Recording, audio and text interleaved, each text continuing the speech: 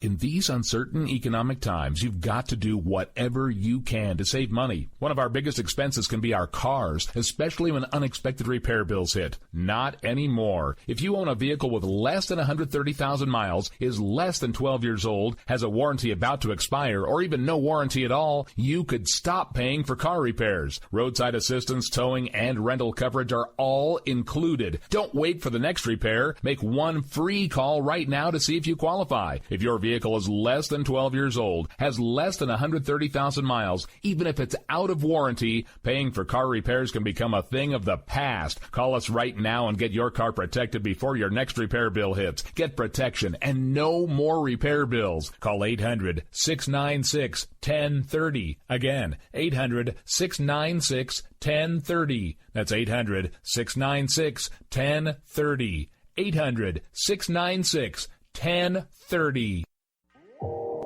You are listening to KLRN Radio, where liberty and reason still reign. All writers are prone to becoming so attached to our characters and stories that we struggle to see why a passage may not be working. It takes another set of eyes to help us nurture our writing to full maturity. At Black Wolf Editorial Services, we strive to enable writers to develop and grow, shaping stories into masterpieces that can stand the test of time. Editing services are provided for all genres and all age categories. Services range from critiques of the short story through to the line edits of the full-length novel and copy editing for those preparing for publication. We also offer assistance on generating a writer's bio for your website, as well as help with those book blurbs and promotional material. We won't abandon you to the masses. We want to celebrate with you in your successes. Black Wolf Editorial Services, nurturing your writing into maturity. For a full list of services and prices, visit us at blackwolfeditorial.com. Individuals and businesses with tax problems, listen carefully. Do you feel like you're losing control over your finances? If you owe over $10,000 in back taxes or have unfiled tax returns, we can help you take back control. The IRS is the largest and most aggressive collection agency in the world, and they can seize your bank account, garnish your paycheck, close your business, and file criminal charges. Take control of your tax problems now by calling the experts at Tax Mediation Services and take advantage of the Fresh Start program and new laws that may allow us to negotiate a settlement for the lowest amount possible. Our team of tax attorneys and enrolled agents can stop collections and get you protected so you can take control of your financial future. Tax Mediation Services is accredited by the Better Business Bureau. Call now for a free case review and a price protection guaranteed quote. Call Tax Mediation Services now at 800-610-9050. That's 800-610-9050. 800-610-9050. KLRN Radio has advertising rates available. We have rates to fit almost any budget. Contact us at advertising@klrnradio.com.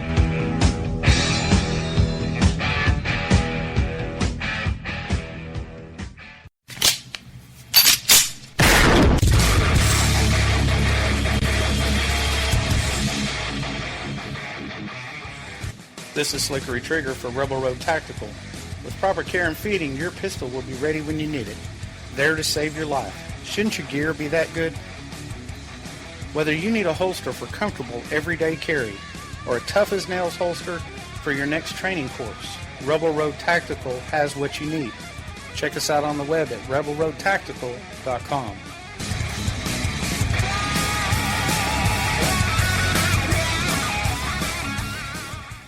Tired of paying outrageous prices for Viagra? Well, we have great news for you. Now you can finally get Viagra at huge discounts. Healthy Man allows you to save up to $500 on Viagra. Why pay U.S. pharmacy prices of $15 per pill or more when you can get Viagra for less than $3 a pill? Call today and get 40 Viagra pills for only $99. This can cost as much as $600 at your local pharmacy. You can't afford not to call us. If you want Viagra at the lowest prices, never pay $15 of pill pharmacy prices again. Get Viagra for less than $3 a pill. Call 1-800-516-7602 today and save up to $500 and get 40 pills for just $99. Healthy Man is fast, easy, and affordable. Operators are waiting at 1-800-516-7602 to take your call right now. Call 1-800-516-7602. That's 1-800-516-7602. Again, 1-800-516-7602. Is debt beating you down? You need discipline. You need the Debt Ninja. If you've been caught in a financial trap and need to be set free, then you need the Debt Ninja. Want to stop those harassing collection calls? Start saving thousands in interest and fees and get out of debt fast? Then you need to call the Debt Ninja. The Debt Ninja will find the best companies across the country that will help you consolidate all your bills into one easy payment, reduce your payments by 30 to 50%, and get you out of debt fast. If you have unsecured debt of $10,000 or more, such as credit cards, loans, or medical bills, call the Debt Ninja for a free 15-minute consultation. Call 800-826-1246. 800-826-1246. That's 800-826-1246. Call today. The Debt Ninja. They say we offer simple answers to complex problems. Well, perhaps there is a simple answer. Not an easy answer, but simple. It's common ground. It's common ground. It's common ground. It's common ground. We have serious problems to solve, and we need serious people to solve them. Republicans and Democrats. I have a guest with me right now. You may recognize her if you've been listening to me for a while. She's been on with me before. You may recognize her as Bella Blue. She actually did a few episodes of Finding Common Ground with me a long, long time ago, back when all this was just really starting to get underway. But we have reconnected, and she actually decided she wanted to come on, and I figured it'd be interesting to have her back on since it's been a while since we talked. So, Miss Bella, what have you been up to in the year since we have spoken? Well, hello, and thank you again for the opportunity to come on the show, and it's great to work with you again. Want to say that, first of all. And so what's been going on, I've moved back to Oklahoma City from the Chicago area, and I am now pursuing a paralegal degree, and I'm working for an attorney, so I'm staying really busy. And I was actually listening to our shows today, and I just kept thinking, wow, that was awesome, but there's so much, I can do so much better. So I think this has been a year of growth for me, personally and professionally, and I'm really in a great place, and I just am really happy to have the opportunity to go to my other passion and love besides politics, of course, and law, and that's radio, and incorporating those two things as I've done in the past. So it's been a great year. How about you? Lots of changes. When you and I were doing the couple of guest co-host spots that you did with me a while back, of course, that was under the K98Talk.com banner. Of course, that station still exists, but I'm no longer affiliated with it. We're now over here on KLNRradio.com. Since that time, I've been on terrestrial. I've been off terrestrial. I've got one of my shows syndicated at about 6 different places on iHeartRadio, Stitcher, FM Player, pretty much any kind of podcast thing you can imagine is pretty much there. Gotten to the point where I've interviewed pretty prominent authors. I've had the head of the Libertarian Party on. I've interviewed nice. I've interviewed actually Bush 41's chief of staff, who for some reason all of a sudden, John Sununu. Yeah, we actually did an interview with him about a year and a half ago. Sununu, how interesting. Yeah, it was fun. He actually got mad at me because there was one point where he was trying to make a point and he misunderstood what I was saying back, so he thought I was attacking Bush 41, and I'm like, no, that's not what I meant. So yeah, Actually, that is so funny. That's actually, wow, your little brush with fame, and how nice. That's awesome. I would love to hear that show sometime. All of a sudden, little me has like press credentials and it's all official and stuff. Yes. And it's just kind of funny thinking about it when it all started, because we had no idea where any of this was going, and I had this crazy pipe dream, and everybody that knew me was like, "You are insane. You're never going to be able to do this. Why would you even start doing this? It's going to be nothing but hard work. It's never going to lead to anything." And look, I don't know if I'm ever going to turn the corner where I'm making more money to be able to do this full time and quit the day job, etc. None of that really honestly matters to me. To me, the journey has been the fun part. Getting to meet people like you, some of the other hosts that I've worked with, some of which have actually gone on, stepped down from doing internet-based radio, and they now write for a living, and they do appearances on other radio shows, etc. So, I mean, this can be a springboard, and I don't know where I'm going to wind up. I may eventually wind up doing something else altogether different. But one thing that I will never do is give up with making the station that I affiliate with, first K98 Talk and now KLNRradio.com, the best that it can be. Because, I mean, to me, there's nothing better than this, to be honest. If I could find a way to do this full-time and not have to do 40 hours a week and commute back and forth for an hour and a half a day, I would completely love it, because this is always what I've wanted to do. I used to play radio station from like age 5 up until as early as I can remember, was probably like age 5. Now, of course, back then the cool thing was to be like the radio DJ, so it was like, you're listening to blah, blah, blah. And I'm like trying to pretend that I've got some DJ voice or something.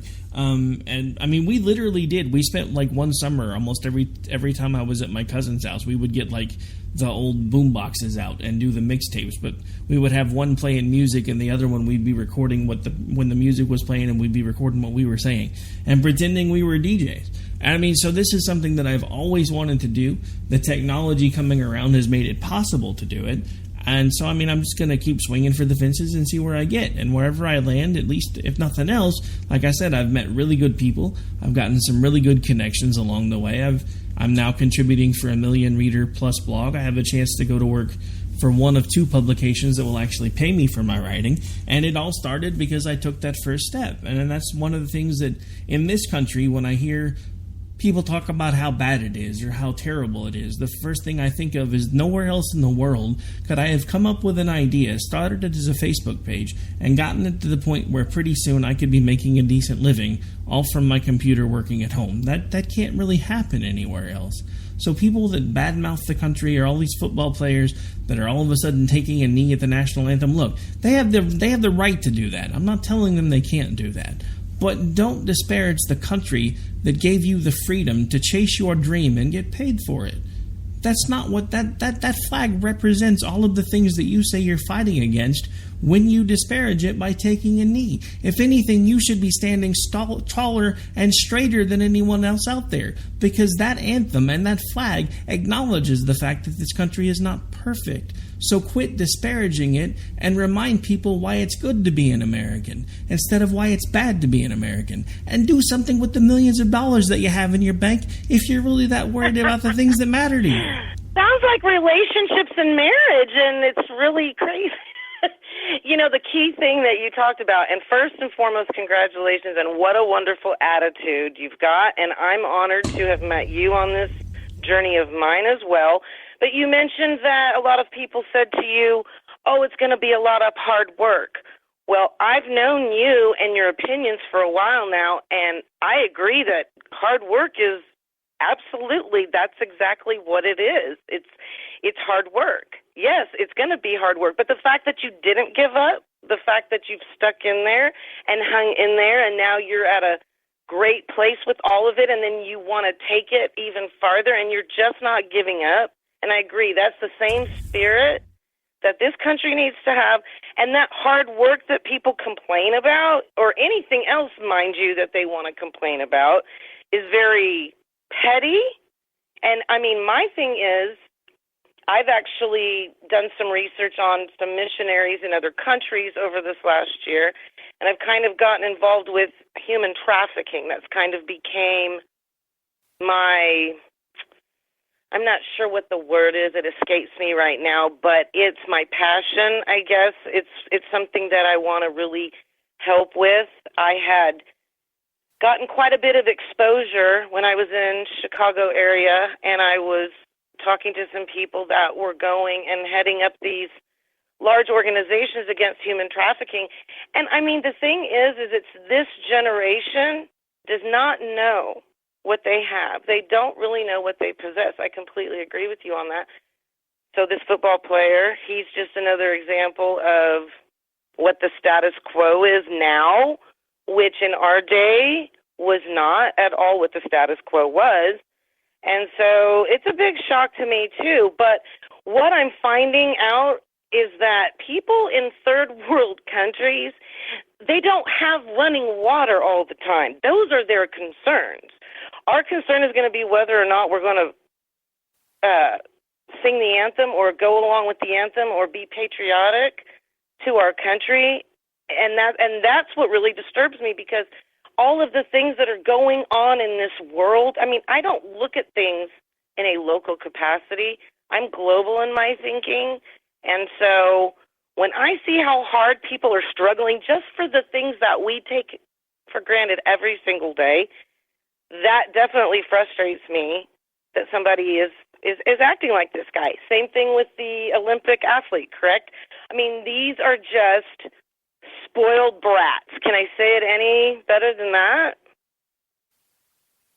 Well, that's the way that we can keep it FCC related, just in case this does go over to terrestrial. So yes, that's right. I forgot we're regulated now. That is a really nice way to put it. Yes, right. It's not necessarily the word that I would use if we weren't live on the air. But again, right. Oh, me too. Yeah, I'm so glad that I caught myself.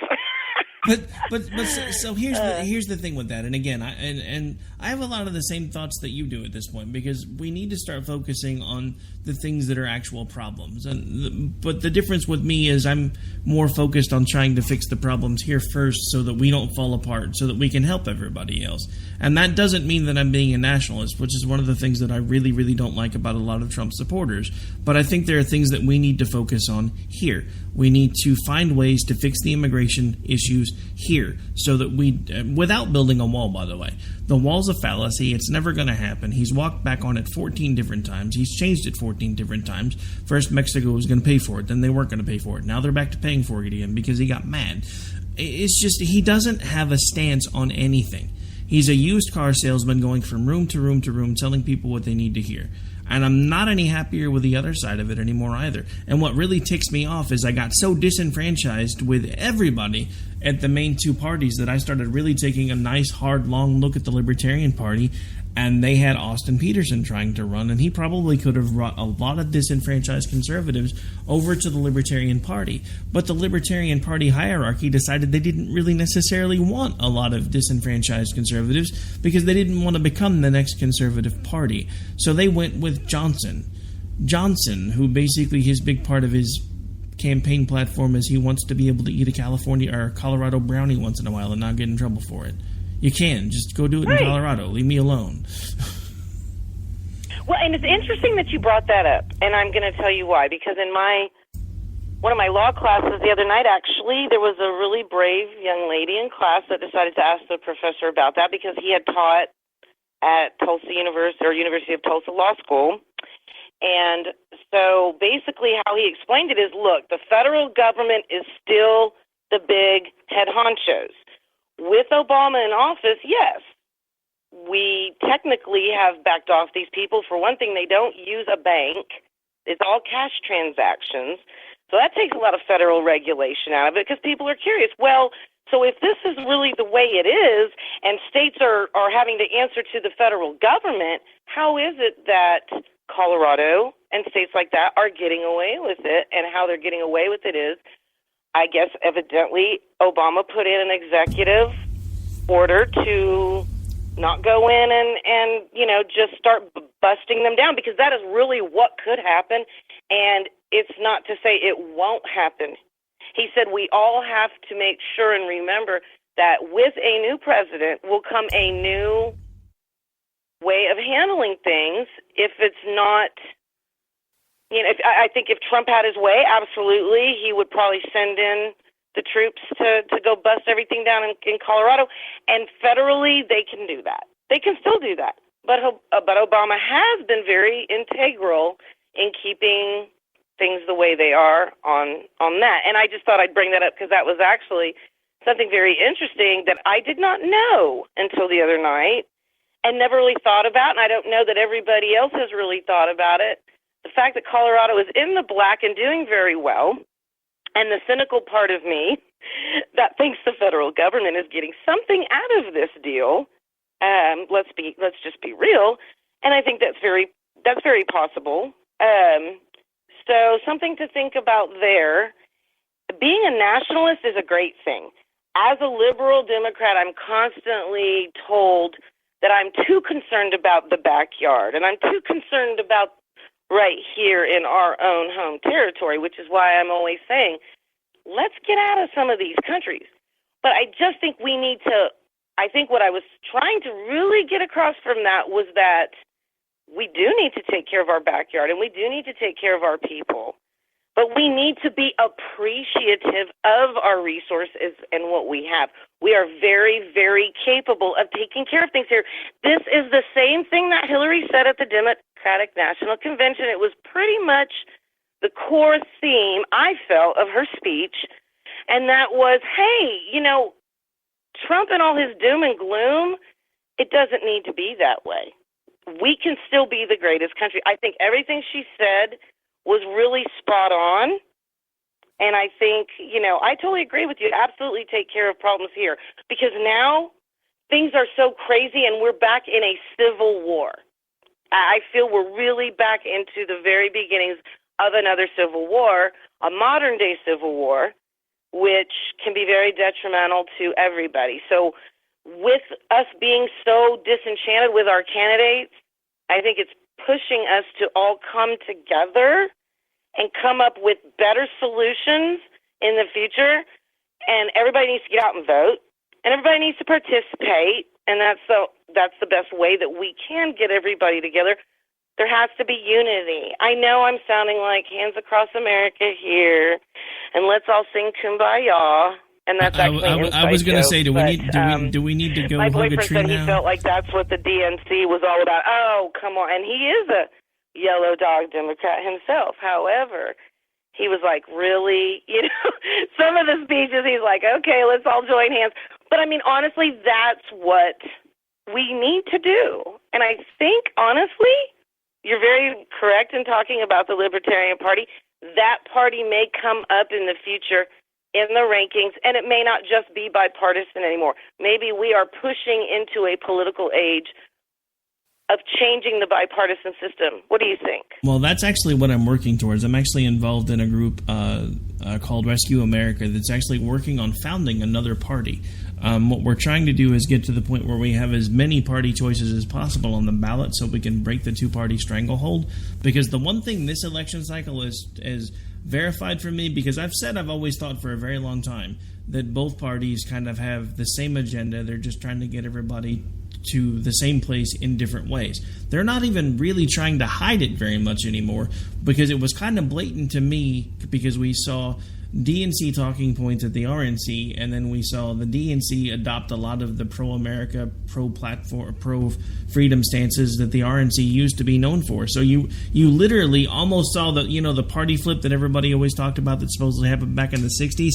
I think we're about to see it again if we're not careful, but this time there's not really anything to it other than they see what's working, and they're both trying to work towards stealing each other's votes. I mean, at this point, like I told you off air today, I am no longer partisan. When you and I met, I was a dyed-in-the-wool, red-blooded, Republican's best way to go kind of guy. That's who I was. That's because that's what I believed. But as I've gotten more connected with this stuff, and I've seen a lot of the stuff that's been going on behind the scenes, I am thoroughly, to this point, of the mindset that the government is no longer of the people, by the people, for the people. It's a group of rich people trying to make sure that they hang on to their power, and they're willing to do it by any means necessary. And a lot of the ways they do it is by keeping us distracted and angry.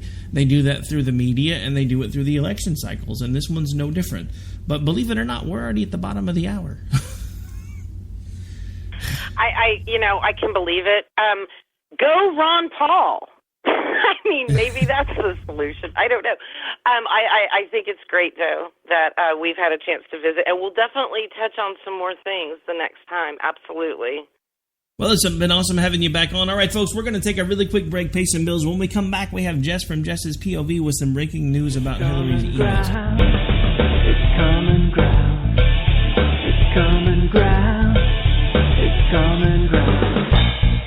have serious problems to solve, and we need serious people to solve them. Republicans and Democrats. You are listening to KLRN Radio, where liberty and reason still reign. All writers are prone to becoming so attached to our characters and stories that we struggle to see why a passage may not be working. It takes another set of eyes to help us nurture our writing into full maturity. At Black Wolf Editorial Services, we strive to enable writers to develop and grow, shaping stories into masterpieces that can stand the test of time. Editing services are provided for all genres and all age categories. Services range from critiques of the short story through to the line edits of the full-length novel and copy editing for those preparing for publication. We also offer assistance on generating a writer's bio for your websites, as well as help with those book blurbs and promotional material. We won't abandon you to the masses. We want to celebrate with you in your successes. Black Wolf Editorial Services, nurturing your writing into maturity. For a full list of services and prices, visit us at blackwolfeditorial.com.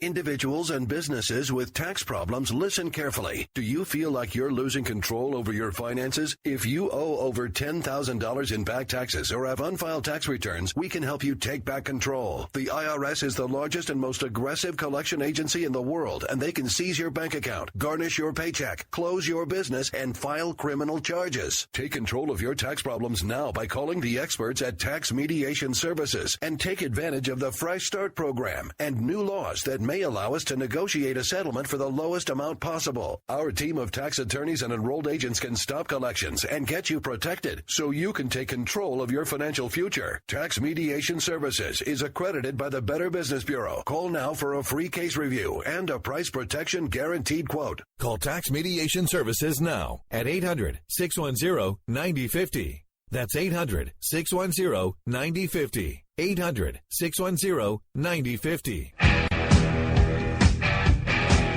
KLRN Radio has advertising rates available. We have rates to fit almost any budget. Contact us at advertising@klrnradio.com.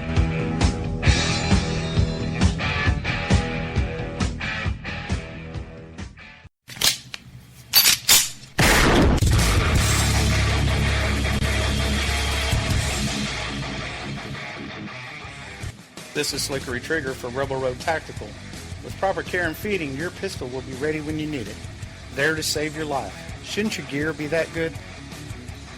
Whether you need a holster for comfortable everyday carry or a tough-as-nails holster for your next training course, Rebel Road Tactical has what you need. Check us out on the web at rebelroadtactical.com.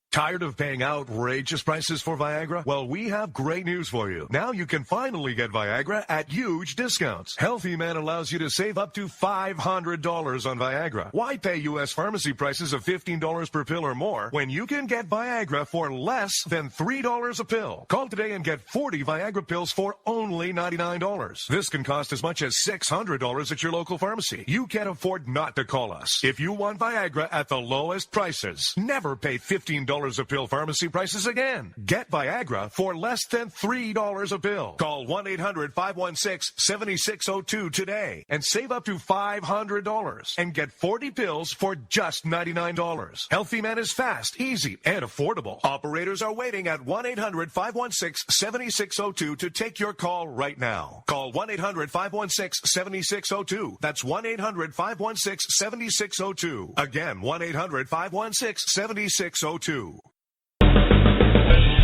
It's common ground. It's common ground. It's common ground. It's common ground. We have serious problems to solve, and we need serious people to solve them. Republicans and Democrats. All right, folks, welcome back. We were just spending the first half of the show with a flashback from the past. Miss Bella Blue, who did a couple of guest hosts with us on Finding Common Ground right about the time that K98 Talk, the station I used to work for, was just founded. She actually came on and talked with us for a little bit. Now we're going to change gears a little bit. We have our very own Jessica Sanders, host of Jesse's POV, with us. She has some breaking information that she wanted to make sure that she got out live on the air, so I'm going to turn the mic over to her and let her have some fun. All right. First of all, for all you listeners, if you listen to my show, I try and keep the politics off of it. I've thought of this as a crossover story, but I decided against doing it unless I did it as a slowdown, and I still try and keep the politics off my show.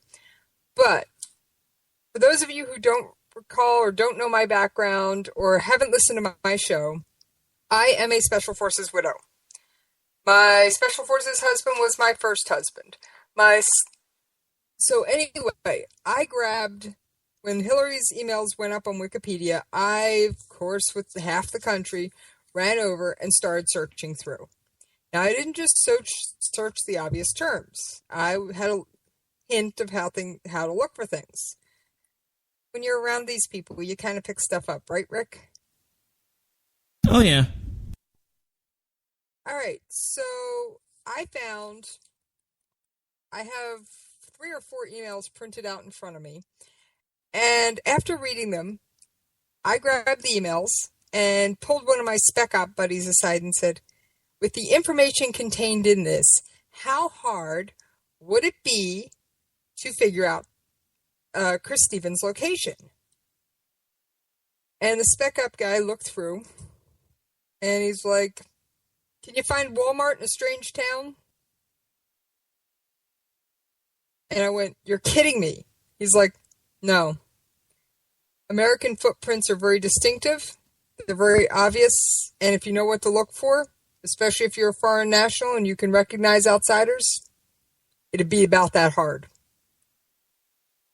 So, given that information, I dug and dug.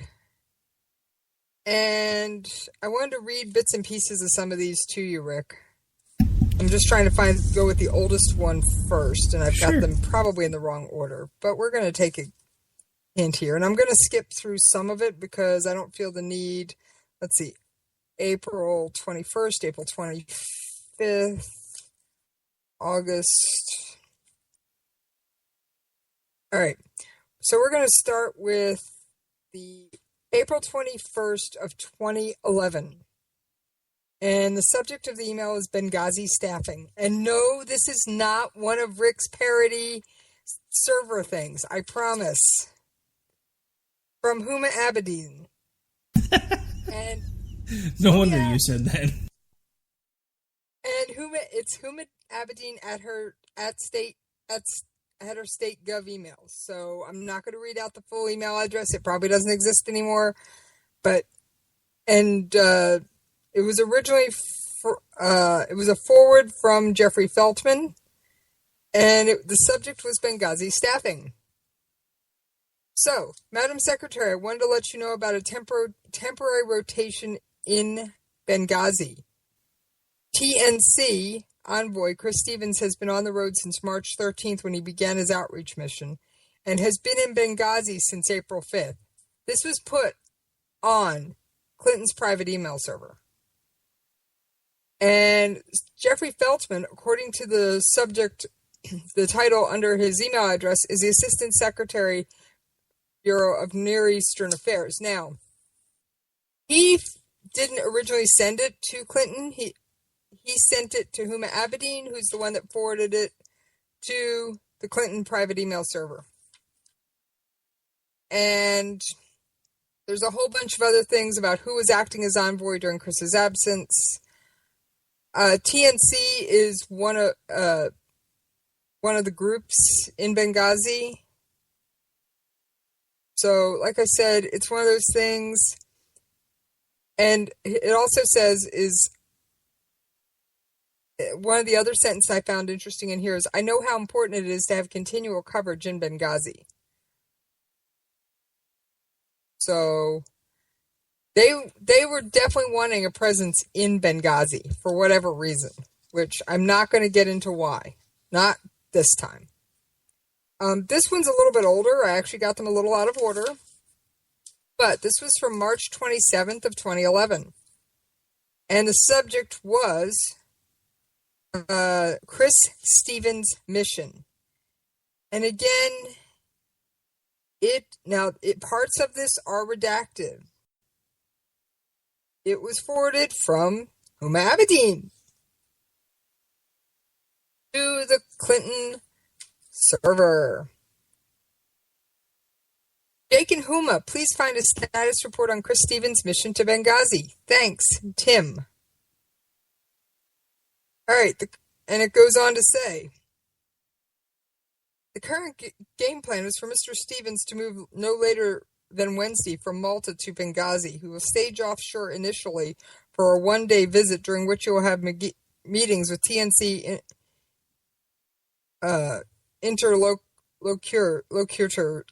locutors and get a sense of the situation on the ground. The goal of this one-day trip is for him to lay the groundwork for stays of up to 30 days. He will accompanied by a DS team. DS does stand for Diplomatic Security. A staff member from Embassy Tripoli and the leader of USAID's DART team. With the support of Ambassador Kretz and the Embassy Tripoli, Mr. Stevens in contact with INC members on the ground in Benghazi. Elsewhere, the team is also in contact with other diplomatic missions and NGOs in Benghazi. All right. This was the one my spec app guy went, that was on a private server. I mean, his eyes bugged out. He wanted to burn the thing, rip it out of my hands, and take a lighter to it. I'm like, sorry, sweetie, I got it off WikiLeaks. It wouldn't help anything. And he was absolutely appalled that this much information had been put out on an unsecured channel. He was livid. Now, for those of you, considering these guys deal in classified information all of the time. If you think about special forces, how much, classified information do they deal with? 90% of it, of what they do, is classified. And he's like, this tells you approximately what day he's going to be there, how he's coming in offshore. So he's probably coming in on a boat. How hard is it to stake out the Benghazi docks? Okay. Well, what about just keeping an eye on Ambassador Kretz? He's like, there's so many loopholes in this, and so many ways his location could have been garnered from this information. And I'm not going to point them all out because I don't want to give away any tactics. But what about the leader of USAID's DART team? Well, hello. That's somebody the locals are going to know, because guess what? They're the ones handing out the food and the goodies, Rick. How far do you think the locals let him out of their sight? Probably not very far, because like you said, he's the one handing out all the goodies. I mean, if he's the one that hands you your daily rice and meat, you're going to know, or at least you know that it's coming through him somehow. You're going to make friends with him and keep an eye on him. So this was just really, I mean, the guy was absolutely incensed. Absolutely incensed that this came out. This much information came out. And I asked about the, it wasn't really a consulate in Benghazi, but the State Department location in Ghazi, since I'm sure there's an official term for it. And I was like, how easy would it have been to pick out? And he went, if somebody repaints a house down the street, do you notice it if you drive down that road every couple of days? If somebody suddenly paints a house purple, and it was white a week ago, you'll probably notice. Just like if big black Suburbans, U.S. Hallmark, by the way, start parking in front of a house, which the U.S. State Department facility in Benghazi was little more than an overgrown estate. But if you suddenly see big black Suburbans, some of them up armored, some of them not, going in and out of the same house all the time, guess what? What? You found the U.S. They always traveled in these lovely big black Suburbans. They are known for it. So this other email I was reading through. Hi, from Crete. I called Abu El Khatib to compare notes on Libya in advance of our arrival, where Chris Stevens is. Much of what Godley has already been reported from his talks, blah, blah, blah, but yeah. I mean, come on. Where Chris is, and then part of it's redacted, and then it goes on to mention the word Benghazi after the redacted section. Kind of makes you wonder what's in that redacted section. I could probably take a couple guesses, but I'm not going to because it is redacted. And sorry, Charlie, you have to figure it out on your own. Oh no, I mean I'm just saying I'm saying it's pretty simple at this point to figure out that there was probably a specific location listed in the redacted section.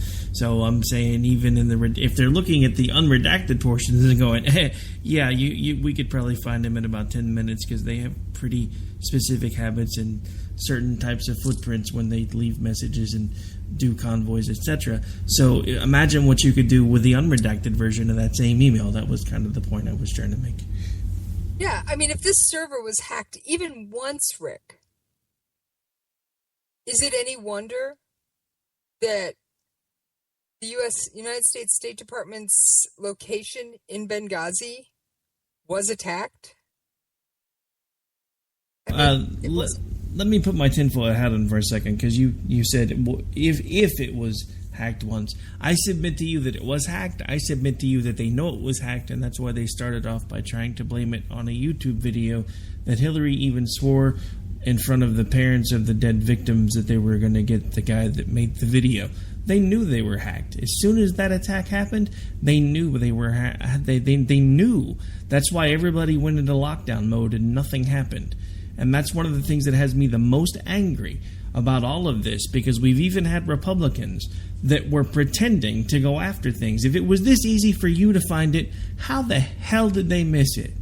The point is they didn't. Rick, let me look at the markings on some of the emails I've already gone over. It notes whether they were turned over. Hang on. To the commission, or whether these were ones that WikiLeaks got that the commission may not have gotten.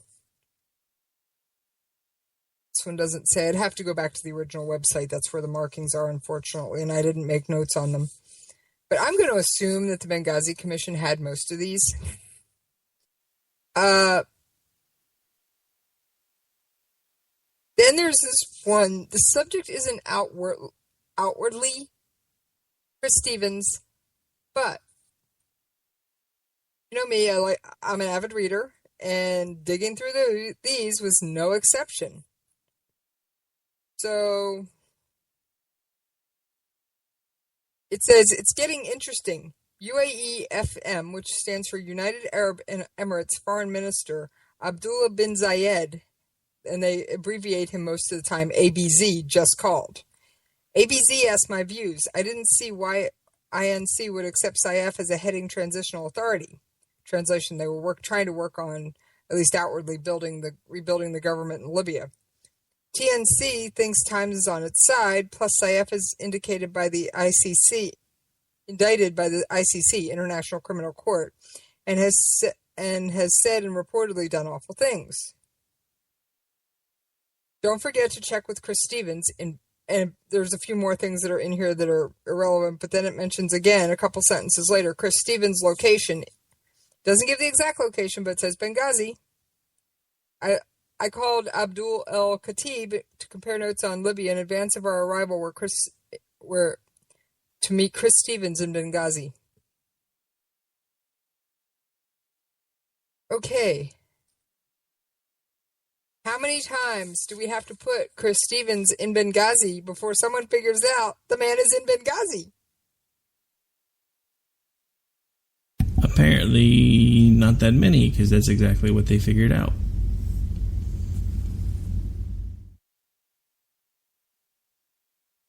Then, the last one. And this one was forwarded by Cheryl Mills to the Clinton homebrew server. Dear colleagues, Special Envoy Chris Stevens provided the following update from Benghazi at 1200 EDT to Embassy Tripoli DCM. DCM, Deputy Chief of Mission. Good thing I speak TLA, huh, Rick? Yeah, because I wouldn't have a clue. I'm just going to be honest. Most people don't. That's why I think a lot of this has gone over their heads, Rick. And this one isn't necessarily about Chris Stevens. Evidently, a U.S. vehicle traveling back from the Benghazi airport was struck by a Libyan vehicle going high speed, and the U.S. vehicle was going moderate speed, was struck by a Libyan vehicle going high speed at an intersection. And 4 people were killed and 2 were injured. And they were discussing paying off the locals to cover the funeral costs and keep it quiet. And that, okay, you want to bet, and I'm willing to bet, that they knew where that American vehicle was coming from and headed to. So,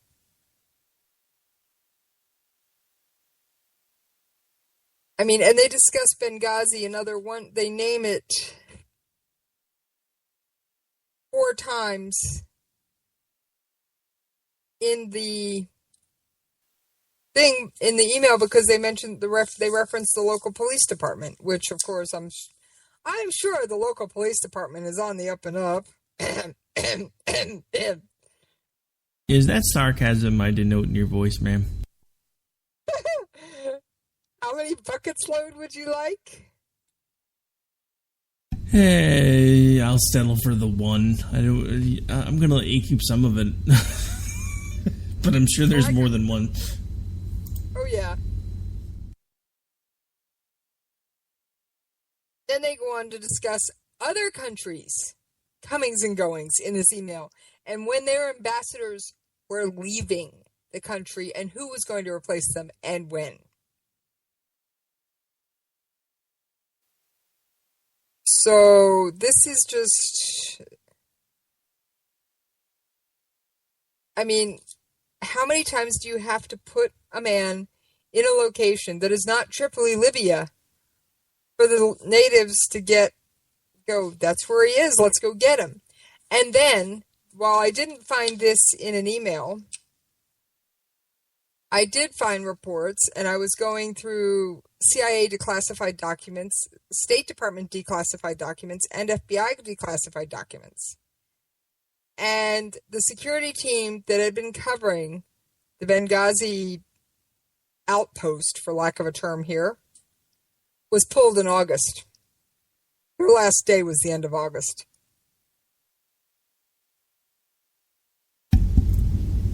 So her last day was what, the last day of August? The last day for the security detail in Benghazi, for the U.S. security detail in Benghazi, was the last day in August. And then the security got turned over to a local militia group.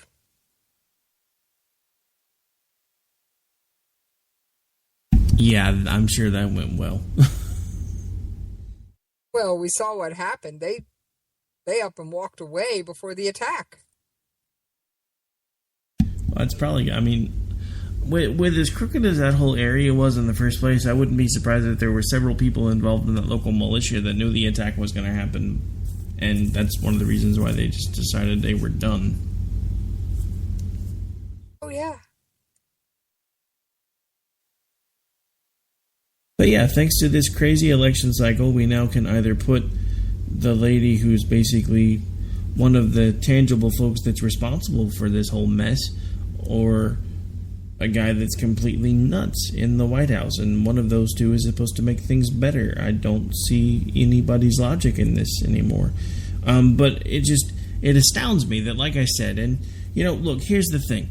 Maybe the Benghazi Commission didn't get these things, but I have a question about that, because if it was that easy, even if they didn't, if it was that easy for WikiLeaks to get them and put them out everywhere, how is it that these very key important emails that actually show everything that she says she didn't do in plain view, that she did just that? She talked about the location of an American asset in an unclassified email on repeated occasions.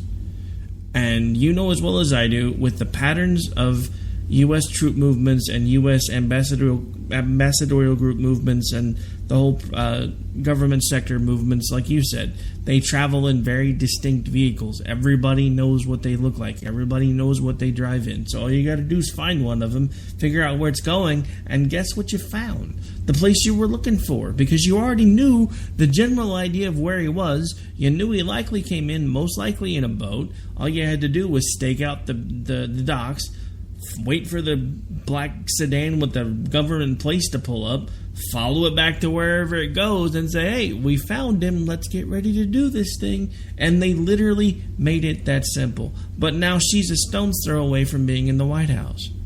That's what annoys me. That's what has me angry, because this was the election cycle where we could have stopped this, but instead, my side decided to put up her stooge, who has done nothing but block for her this entire time. This has done nothing but prove everything that I've been afraid of this entire time. They knew about this all along, and they didn't do anything. Because look, maybe it wasn't in the stack, but how hard would it have been for them to find it if they really wanted to look for it? Let's be real. Let's not even talk about the fact that Trey Gowdy openly lied to the American public, because you know as well as I do there were assets in, near, and around Benghazi at the time of the attack. He blatantly said there weren't. I don't trust either side of the aisle anymore, because they're doing nothing but trying to find ways to hang on to their own power, and they have the same agendas, and all they're doing is making us so angry that a lot of us can't see it. I got something for you about Trey Gowdy. Did you get any of that? I hear him talking, but he don't come in. That's about how I feel about pretty much all of them anymore. I know. I don't have sidestep queued up or how to grab that one. Oh, I don't know. I mean, this whole thing just amazes me. I mean, like you said, you didn't make the notes on there, and that's not that big a deal, because I wouldn't have thought about doing it either. But the simple fact of the matter is, at least most of what you have in your hand right now, they probably got, and they didn't do anything with it. I mean, even the FBI. The director of the FBI. Look at the FBI notes. Hillary Clinton could not remember when or if she got classified information training. I'm sorry. First of all, she used a personally acquired BlackBerry device. The service she from used Singular 13 of them, Wireless and later AT&T Wireless to access her email accounts. So she had to change services, and most of us know you usually have to change devices. And Singular and AT&T, though not. She wouldn't have had to change devices. But she probably would have upgraded, because I'm sure just like the rest of us, she likes the latest and greatest. Not according to Uma, because, this big story broke about the 13 lost BlackBerries. Some destroyed, others lost. And Uma's response to that was, well, she would regularly get an upgrade and decide she liked the old phone better, so go back to it. But at that point, she'd managed to lose the newer phone. Look, I mean, that's absurd. That is patently absurd. I don't know anyone in my life that has ever lost or destroyed 13 cell phones. I mean, it literally sounds like some sort of B-movie it literally sounds like some spy movie drop where they just we're just going to walk over here and drop this in this trash can right here, and you can just come pick it right up. The emails are all right there, and they're not even secured. I mean, look, that's how patently absurd this sounds, because she's just, well, I lost my phone. Okay, I think everybody in their life has probably lost at least one phone. I will readily admit that there are times when I cannot find my phone. But I destroy my house, or the last place that I knew it was, until I find it. I have literally, since cell phones were invented, maybe lost one phone in my life to the point where I had absolutely no idea where it was. One, not 13, and I'm not a politician. And the thing that annoys me is she wants us to believe that she is the most capable person as commander-in-chief, but she can't even keep up with her damn cell phone. Okay, first of all, I do not have anywhere near as important a job as Secretary of State. My cell phone is literally usually on the charger next to me, in a holster on my hip, or in a bag that's with me all the time. And I have a work phone as well, which guess what?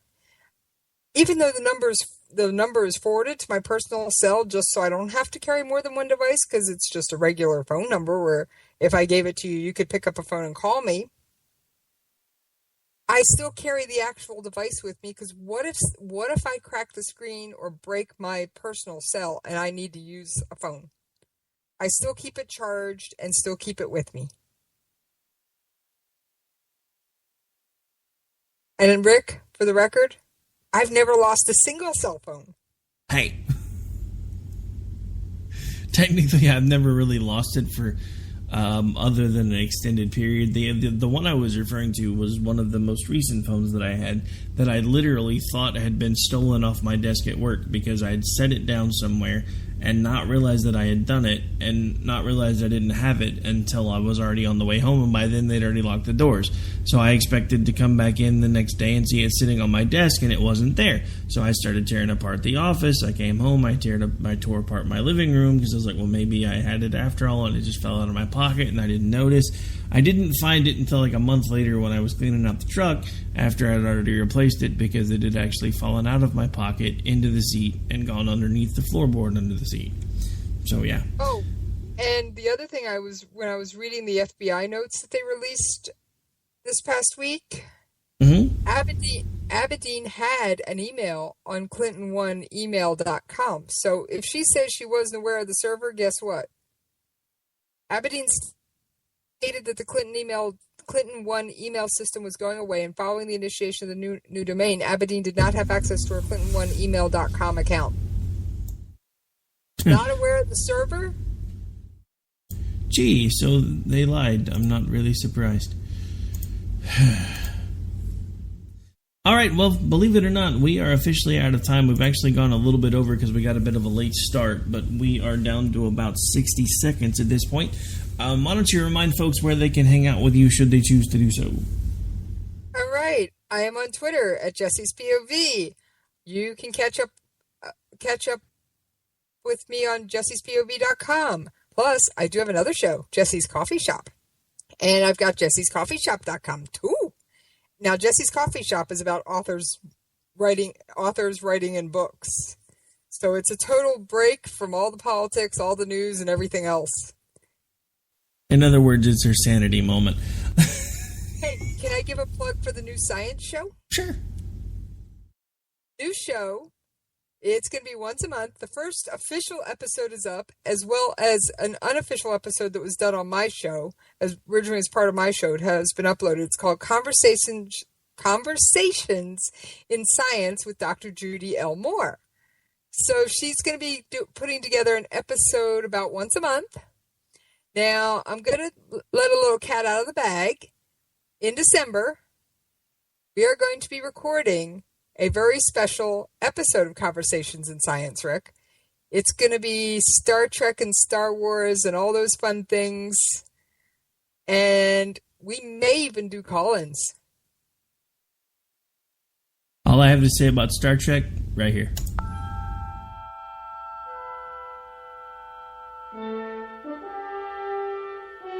Okay, Rick. Hey, don't blame me. It's the 50th anniversary and you said Star Trek. It's by trigger. All right, folks. Well, on that note, we have got to make our way for the Rhino Report here coming up next. As always, if you want to hang out with me, you are more than welcome to do so on Twitter. You can also hang out with me on the Facebooks, or you can shoot me an email. Twitter handle, AOTR_host. You can also find me on email at Ricky@thesparkradionetwork.com or Rick at KLNRradio.com. Or you can shoot both the Facebook page, America is Coming Off the Rails, or my professional Facebook page, a friend request. We'll talk, we'll chat, we'll hang out. It'll be fun. But on that note, we have got to get out of here. I hope you guys enjoy the rest of your week. We're almost to the end. Tomorrow's Friday. And don't forget, we have a kind of a sneak-ish preview of the Robinson and Wright show tomorrow night, and then America Off the Rails moves to its new time slot on Monday. So I hope everybody has a great rest of your week. I will talk to you live tomorrow night on the Robinson and Wright Show. Be back with you first thing Monday morning as well. America Off the Rails will probably, or not America Off the Rails, but Finding Common Ground will probably take a break this weekend. The college boy has family coming in, and he hasn't really seen them much lately, so we're going to do a replay of his show. I will probably edit a couple things together and put something together for FCG for Saturday morning too, but it won't necessarily be live. And on that note, folks, we are officially out. Bella to stand in. I tried, actually. That's why we decided to do the little 30-minute interview tonight, because I had tried to get her to do Saturday, but she has classes. So she is going to be standing by from now on to be able to fill in when she doesn't have Saturday classes, though, so that's cool. Because she is actually a Hillary supporter, even with all the craziness. But it's she's kind of like feeling like a lot of the Trump supporters that I know do, is like, I really am just kind of voting for this guy because I really don't think I have any other options, and I'm just like, yeah, whatever. But do what you got to do. And on that note, folks, we are officially out because we are long. It's common ground. It's common ground. It's common ground. It's common ground. We have serious problems to solve, and we need serious people to solve them. Republicans and Democrats.